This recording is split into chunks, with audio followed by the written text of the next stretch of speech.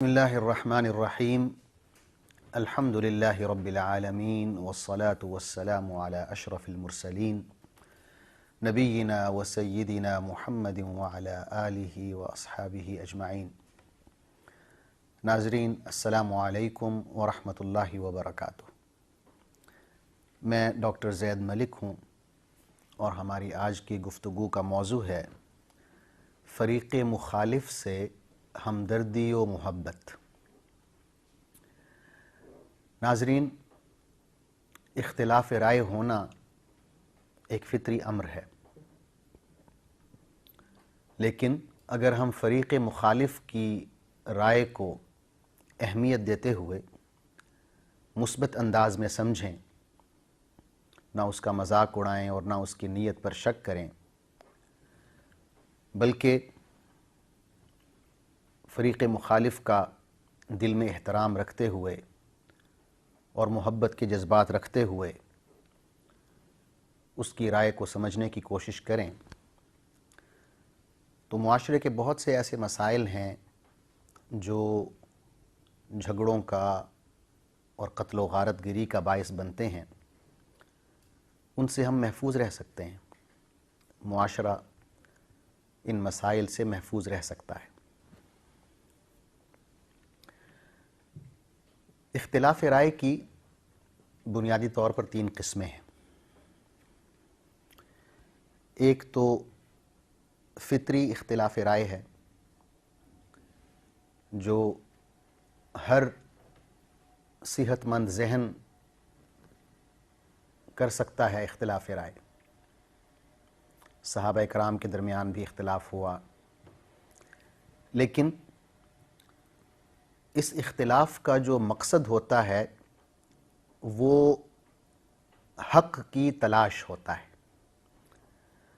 جب صحابہ کرام کسی موضوع پر آپس میں اختلاف کرتے تھے تو ہر صحابی کا یہ مقصد ہوتا تھا کہ کسی طرح دوسرے صحابی کی زبان سے حق بات جاری ہو جائے۔ بہت سی مثالیں ملتی ہیں ہمیں کہ صحابہ کرام نے اختلاف کیا۔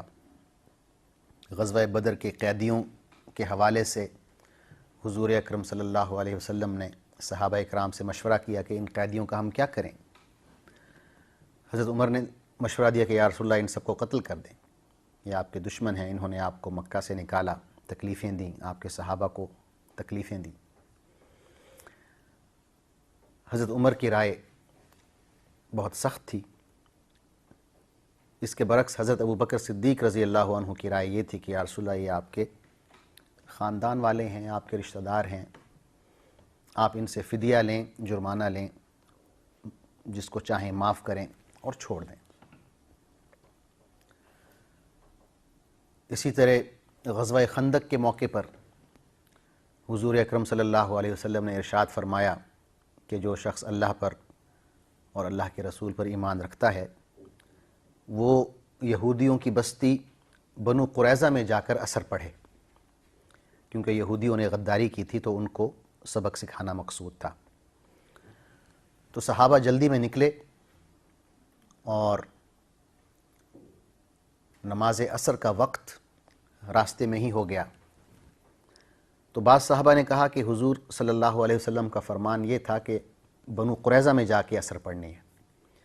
بعض نے کہا کہ حضور صلی اللہ علیہ وسلم کا فرمان تو یہی تھا، لیکن آپ کا مقصد یہ تھا کہ آپ جتنا جلدی ہو سکے نکلیں، یہ مقصد نہیں تھا کہ آپ نماز عصر کو قضا کر دیں، رستے میں بھی نہ پڑھیں اور بنو قریظہ میں ہی جا کے پڑھیں۔ تو دو گروپ بن گئے، اختلاف رائے ہو گیا۔ بعض صحابہ نے فوری طور پہ رستے میں ہی عصر پڑھ لی، بعض نے بنو قریظہ میں پہنچ کے مغرب کے ساتھ عصر پڑھی، اور حضور اکرم صلی اللہ علیہ وسلم نے دونوں کو صحیح شمار کیا، دونوں سے کہا کہ تم دونوں فریقین نے ٹھیک کیا ہے، تم دونوں نے میری پیروی کی ہے، کیونکہ اختلاف رائے کا یہاں پہ مقصد یہ تھا کہ کسی طرح حق کا اتباع کیا جائے۔ یہ پہلی قسم ہے، اس کو ہم فطری اختلاف کہتے ہیں۔ اختلاف کی دوسری قسم ہے جس کو جدال کہا جاتا ہے، بحث و مباحثہ۔ تکرار، اور اس کا مقصد حق کی تلاش نہیں ہوتا بلکہ بحث برائے بحث ہوتا ہے، فریق مخالف کو نیچا دکھانا ہوتا ہے، ٹو ون دا آرگیومنٹ، بحث کو، مناظرے کو جیتنا ہوتا ہے بائی ہک اور کروک، کوئی بھی طریقہ استعمال کریں، جو مد مخالف ہے اس کو کسی طرح آپ نیچا دکھائیں، یہ مقصد ہوتا ہے۔ اور اس کی اگلی جو شکل ہے، تیسری شکل، وہ اس سے بھی سخت ہے، اس کو شقاق کہتے ہیں۔ شقاق کا مطلب انتشار اور تفریق ہوتا ہے، یعنی وہ اتنا شدید اختلاف ہوتا ہے کہ بات لڑائی جھگڑے پر اور کبھی کبھی قتل و غارت پر آ کے منتج ہوتی ہے۔ ہمارا اصل جو موضوع ہے آج کا، وہ اختلاف کی پہلی قسم ہے، فطری اختلاف، اور اس کی وجوہات ہوتی ہیں۔ انسان کیوں اختلاف کرتا ہے؟ 3-4 وجوہات ہیں جن کا میں ذکر کروں گا۔ سب سے پہلے وجہ جو ہم دیکھتے ہیں وہ یہ ہے کہ اگر انسان کے پاس علم ہے اور عقل سلیم بھی ہے تو وہ اختلاف کرتا ہے، اپنے علم کی بنیاد پر، اپنی ذہانت کی بنیاد پر، عقل سلیم کی بنیاد پر۔ اگر آپ جانتے ہیں کہ آپ کے پاس علم ہے تو آپ اختلاف کر سکتے ہیں، بشرطے کہ نیت یہی ہو کہ کسی طرح ہم نے حق بات تک پہنچنا ہے۔ یہ پہلی وجہ ہے۔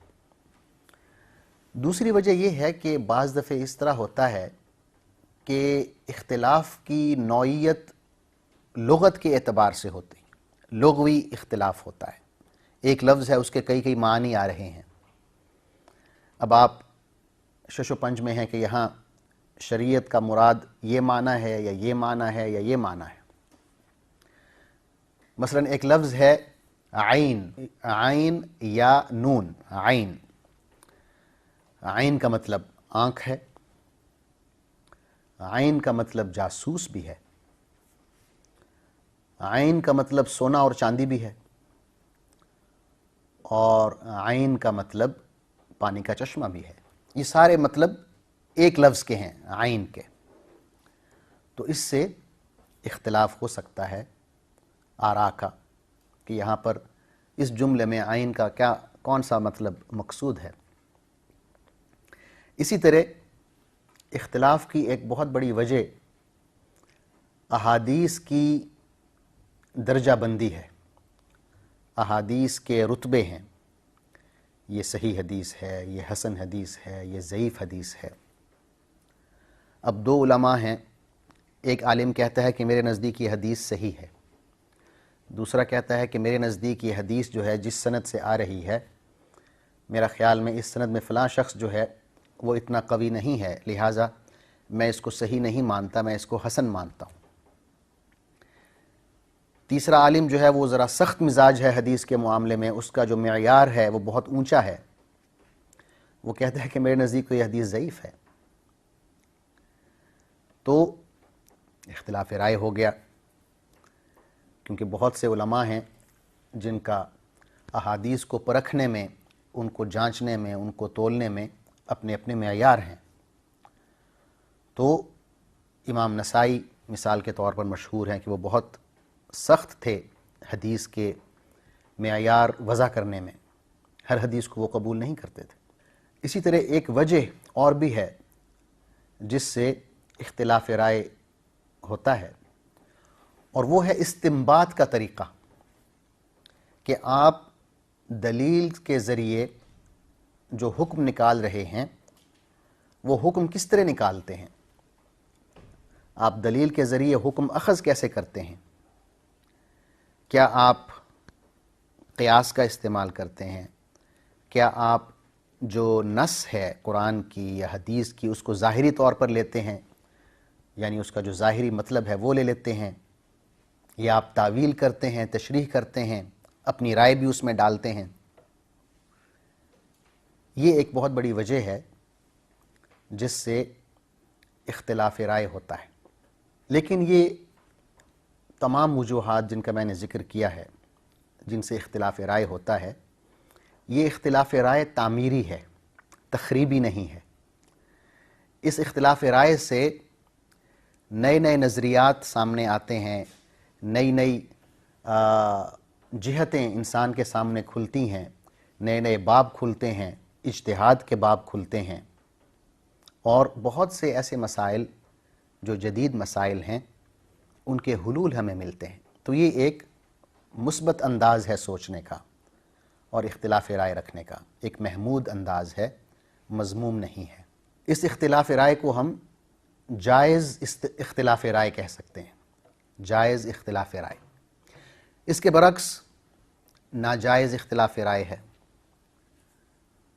اس کی بھی وجوہات ہوتی ہیں، اور سب سے بڑی وجہ جو ناجائز اختلاف رائے کا باعث بنتی ہے وہ کسی سیاسی جماعت یا کسی لسانی گروہ یا کسی برادری کا اندھا دھند اتباع ہے۔ جو پارٹی لیڈر نے کہہ دیا بس وہی حق ہے، وہی ٹھیک ہے، اس کے علاوہ سب غلط ہے، اور یہ تعصب پر مبنی ہوتا ہے کہ آپ نے بس ایک فرقہ جوائن کر لیا ہے اور آپ نے یہی سمجھا ہے کہ بس یہی جماعت جو ہے وہ ٹھیک ہے، باقی سب غلط ہیں۔ وہ جماعت سیاسی ہو یا دینی ہو یا لسانی ہو، کسی بھی بنیاد پر وہ قائم ہو، آپ نے صرف اسی میں اپنا سارا کریڈٹ ڈال دیا اور باقیوں کو آپ نے غلط قرار دے دیا۔ تو یہ ایک بہت بڑی وجہ ہے ایسے اختلاف کی جو جائز نہیں ہے۔ اللہ تعالیٰ فرماتے ہیں وَلَا تَكُونُوا مِنَ الْمُشْرِكِينَ مِنَ الَّذِينَ فَرَّقُوا دِينَهُمْ وَكَانُوا شِيَعًا كُلُّ حِزْبٍ بِمَا لَدَيْهِمْ فَرِحُونَ۔ دیکھو، مشرکوں میں سے مت بنو، ان لوگوں میں سے جنہوں نے دین کو ٹکڑے ٹکڑے کر دیا، فرقہ فرقہ کر دیا، اور خود بھی گروپوں میں بٹ گئے، اور ہر گروپ جو ہے وہ اپنے تئیں خوش بیٹھا ہوا ہے کہ جو کچھ میرے پاس ہے وہی ٹھیک ہے۔ کل حزب بما لدیہم فرحون۔ تو اللہ تعالیٰ یہ فرما رہے ہیں کہ یہ کرنا غلط ہے کہ آپ گروہ بندی میں لگ جائیں، اس کی کوئی بھی بنیاد ہو وہ غلط ہے، اگر وہ تعصب پر مبنی ہے، علم پر مبنی نہیں ہے۔ دوسری بڑی وجہ شخصیت پرستی ہے کہ جو کچھ ہمارے پیر صاحب نے کہہ دیا وہی ٹھیک ہے، جو کچھ ہمارے امام نے کہہ دیا بس وہی ٹھیک ہے، جو کچھ میری مسجد کے مولوی نے کہہ دیا بس وہی ٹھیک ہے۔ شخصیت پرستی جو ہے وہ بھی ہمیں اختلاف کی طرف لے کے جاتی ہے، ایسا اختلاف جو تعمیری نہیں ہے بلکہ امت میں انتشار کا باعث بنتا ہے۔ تیسری وجہ ذاتی خواہشات کی پیروی ہے کہ آپ نے ایک بات سوچ لی، آپ کو ایک بات اچھی لگنے لگی، اب آپ کی جو انانیت ہے وہ گوارا نہیں کر رہی کہ آپ اس بات سے پیچھے ہٹ جائیں، آپ اپنے آپ کو غلط سمجھ لیں، آپ اس پر تیار نہیں ہیں۔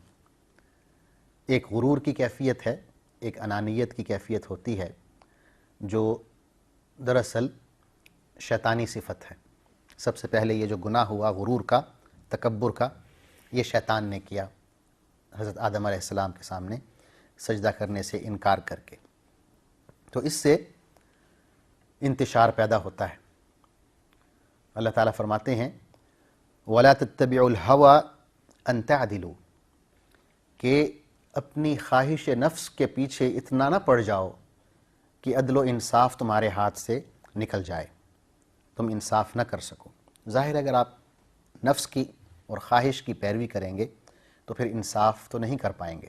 اختلاف رائے کی ایک بہت بڑی وجہ یہ بھی ہوتی ہے کہ بعض لوگ یہ چاہتے ہیں کہ وہ کسی بھی مباحثے میں اس نیت سے داخل ہوں کہ فریق مخالف کو ہرانا ہے، اس کو نیچا دکھانا ہے، وہ حق کے ذریعے ہو یا باطل کے ذریعے ہو، جس کو ہم بحث برائے بحث کہتے ہیں، یعنی اس بحث کا کوئی مقصد تعمیری نہیں ہوتا، حق کی تلاش نہیں ہوتا، وہ محض تکرار ہوتی ہے، لڑائی جھگڑا ہوتا ہے، بحث ہوتی ہے۔ اللہ تعالیٰ فرماتے ہیں کہ اگر تم اس قسم کی بحث میں پڑو گے تو من حیث القوم ناکام ہو جاؤ گے، اور دشمنوں پر جو تمہارا رعب اور دبدبہ ہے وہ بھی جاتا رہے گا۔ قرآن مجید کے الفاظ ہیں وَلَا تَنَازَعُوا فَتَفْشَلُوا وَتَذْهَبَ رِيحُكُمْ، کہ دیکھو آپس کے نزاع میں مت پڑو ورنہ ناکام ہو جاؤ گے اور تمہارا رعب ختم ہو جائے گا۔ عزیزان گرامی، یہ جو ناجائز اختلاف ہے یہ امت میں انتشار کا باعث بنتا ہے، اسی سے فرقہ واریت جنم لیتی ہے، اور اسی سے امت میں لڑائی جھگڑے پیدا ہوتے ہیں، اور یہ اتنے بڑھ جاتے ہیں کہ قتل و غارت تک نوبت آ جاتی ہے اور امت میں انتشار پھیلتا ہے۔ اب سوال یہ پیدا ہوتا ہے کہ کیا ایسا ممکن ہے کہ میں آپ سے اختلاف بھی کروں اور آپ کا احترام بھی کروں، امت میں اختلاف بھی ہو اور اتحاد بھی ہو؟ جی ہاں، ممکن تو ہے، لیکن یہ تبھی ممکن ہے کہ اگر ہم جائز اختلاف کے دائرے میں رہتے ہوئے یہ کریں۔ جائز اختلاف، جیسے کہ میں نے عرض کیا، وہ اس کا اولین مقصد یہ ہوتا ہے کہ ہم کسی طرح حق بات تک پہنچ جائیں۔ اگر دونوں فریقین جو ہیں ان کا یہی مقصد ہے، میں چاہتا ہوں کہ دوسرا فریق حق بات تک پہنچ جائے، دوسرا فریق چاہتا ہے کہ میں کسی طرح میری زبان پر حق جاری ہو جائے اور جو جس کی تلاش ہے ہمیں یعنی حق کی وہ ہمیں مل جائے، پھر تو انتشار نہیں ہوگا، پھر تو یہی ہوگا کہ میں آپ سے اختلاف بھی کر رہا ہوں اور آپ سے میرا پیار بھی ہے، محبت بھی ہے، احترام بھی ہے، اعتماد بھی ہے، مجھے آپ کی نیت پر کوئی شک نہیں ہے۔ اگر اس طرح کا معاملہ ہے تو پھر یہ ممکن ہے۔ اس کے چند اصول ہیں، علماء نے وضع کیے ہیں کہ ہم کس طرح اختلاف کرتے ہوئے بھی امت میں اتحاد قائم رکھ سکتے ہیں۔ سب سے پہلی بات جو انہوں نے بتائی ہے وہ یہی ہے کہ شخصیت پرستی سے اجتناب کریں۔ اللہ تعالیٰ نے حق کو کسی خاص شخص میں محدود نہیں کیا، اللہ تعالیٰ نے حق کو انسانوں کا تابع نہیں کیا بلکہ انسانوں کو حق کا تابع کیا ہے۔ تو ہم انسانوں کو حق کے ذریعے پہچانتے ہیں، حق کو انسانوں کے ذریعے نہیں پہچانتے۔ آپ یہ نہیں کہہ سکتے کہ فلاں پیر صاحب یا فلاں عالم نے یہ کام کیا ہے اس لیے وہ ٹھیک ہے۔ ہم یہ کہتے ہیں کہ فلاں عالم نے قرآن کو فالو کیا ہے، حضور اکرم صلی اللہ علیہ وسلم کو فالو کیا ہے جو کہ حق ہے، اس لیے وہ ٹھیک ہے۔ تو یہ معیار بالکل الٹ ہو جاتا ہے کہ اصل میں حق جو ہے وہ اللہ کی ذات اور اللہ کا رسول ہے، جو اللہ نے فرمایا، جو اللہ کے رسول نے فرمایا وہ حق ہے۔ جو شخص بھی اپنے آپ کو اللہ سے جوڑے گا وہ حق پر ہے، جو شخص بھی اپنے آپ کو اللہ کے رسول سے صحیح سنت سے جوڑے گا وہ حق پر ہے۔ تو اس سے شخصیت پرستی کی نفی ہوتی ہے، یہ پہلی بات۔ دوسری بات یہ ہے کہ ہمیں ایک دوسرے کی نیت پر شک نہیں کرنا چاہیے، شک سے اجتناب کرنا چاہیے۔ قرآن مجید کہتا ہے یا ایھا الذین آمنوا اجتنبوا کثیرا من الظن ان بعض الظن اثم، کہ اے مومنو بدگمانی سے بچو۔ بہت سی بدگمانیاں اتنی سنگین ہوتی ہیں کہ وہ گناہ کے درجے تک جا پہنچتی ہیں، تو بدگمانی سے بچنا چاہیے، شک نہیں کرنا چاہیے۔ یہ ہم کہنا شروع کر دیں کہ بھئی اس کی تو نیت ہی خراب ہے، وہ تو چاہتا ہی نہیں ہے کہ حق تک پہنچے، ایسا نہیں۔ اس کی نیت پر آپ کو شک نہیں ہونا چاہیے، فریق مخالف پر اس کو پورا موقع دیں، اس کی بات سنیں، توجہ سے سنیں، ہو سکتا ہے وہی ٹھیک کہہ رہا ہو۔ حضرت عمر رضی اللہ عنہ کے زمانے میں ایک کیس آیا، ایک شخص جس کی آنکھ پھوٹی ہوئی تھی وہ آپ کے پاس آیا اور کہا کہ یا امیر المومنین فلاں شخص نے میری آنکھ پھوڑ دی ہے، تو آپ نے اس شخص کو جس پر الزام تھا بلوا بھیجا. آپ کے پاس کچھ صحابہ بیٹھے ہوئے تھے، تو انہوں نے کہا کہ اے امیر المومنین یہ شخص زخمی ہے، اس کی آنکھ پھوٹی ہوئی ہے، تو آپ اس کے حق میں فیصلہ دے دیں، اس شخص کو گرفتار کریں، اس کو سزا دیں، آپ نے تو اس کو بلوا بھیجا ہے. تو آپ نے کہا کہ مجھ پر لازم ہے کہ میں اس کی بات بھی سنوں جس پر یہ شخص الزام لگا رہا ہے. اس کی ایک آنکھ پھوٹی ہوئی ہے، ہو سکتا ہے یہ اس کی دونوں آنکھیں پھوڑ کر آیا ہوا ہو یہاں پہ، تو مجھے اس کی بات بھی سننی ہے جیسے میں نے اس کی بات سنی ہے، تب میں اس قابل ہوں گا کہ حق کی بنیاد پر فیصلہ کر سکوں. ایک اور اہم وجہ، طریقہ جس کی بنیاد پر ہم یوں کر سکتے ہیں کہ اختلاف رائے رکھنے کے باوجود اتحاد قائم ہو، وہ یہ ہے کہ فوراً نتائج اخذ نہیں کرنے چاہیے، بلکہ تحقیق کرنی چاہیے. پہلے یقین سے، اطمینان سے دلائل کو سنیں، دوسرے فریق کی بات کو سمجھیں، اس کی جو رائے ہے اس کو سمجھنے کی کوشش کریں، پھر آپ اس نتیجے پر پہنچ سکتے ہیں کہ اس کے دلائل قوی ہیں یا نہیں ہیں. فوری طور پر چھوٹتے ہی اگر ہم کہہ دیں کہ تم غلط کہہ رہے ہو، تمہارے پاس علم ہی نہیں ہے، تو یہ غلط ہوگا اور اختلاف رائے رکھنے کے اصولوں کے خلاف ہوگا. آخر میں جس نقطے کا میں ذکر کرنا چاہتا ہوں وہ یہ ہے کہ اگر کسی موضوع پر آپ میں علم کی وہ فراوانی موجود نہیں ہے جو مطلوب ہے، تو پھر بہتر ہے کہ آپ اپنا جو اختلاف رائے ہے اس کو ظاہر ہی نہ کریں اور دوسرے فریق کی بات کو مان لیں. کیونکہ اللہ تعالیٰ فرماتے ہیں وَلَا تَقْفُ مَا لَيْسَ لَكَ بِهِ عِلْم، وہ موضوع جس پر آپ کی گرفت نہیں ہے، آپ کو علم نہیں ہے، اس پر آپ بیان بازی نہ کریں، اس پر آپ کوئی فتویٰ نہ دیں، کوئی رائے نہ دیں. یہ اللہ کا حکم ہے. اس میں بہتر ہے کہ پھر جو آپ سے زیادہ جانتا ہے اس موضوع کے بارے میں، اسی کی بات کو مان لیا جائے. تو عزیزان گرامی، ایک اہم بات جو ہر وقت ذہن نشین رہنی چاہیے وہ یہ ہے کہ ہم ایک امت ہیں. ان هذه امتکم امتا واحدہ، کہ یہ اللہ نے ایک امت مسلمہ بنائی ہے. اس میں علماء بھی ہیں، بڑے علماء بھی ہیں، چھوٹے علماء بھی ہیں، عوام الناس بھی ہیں، اور علماء آپس میں اختلاف بھی کرتے ہیں.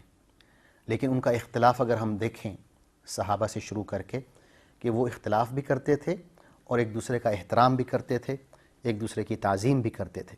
یعنی ان کا اختلاف جو ہے وہ علم کی بنیاد پر ہوتا تھا، کسی ذاتیات کی بنیاد پر نہیں ہوتا تھا. تو ہمیں ان کو فالو کرنا چاہیے. اور اختلاف رائے جیسا کہ میں نے شروع میں عرض کیا کہ فطری امر ہے، کوئی بری بات نہیں ہے. اگر مقصد یہ ہے کہ ہم نے حق بات تک پہنچنا ہے تو پھر اس میں کوئی حرج نہیں ہے.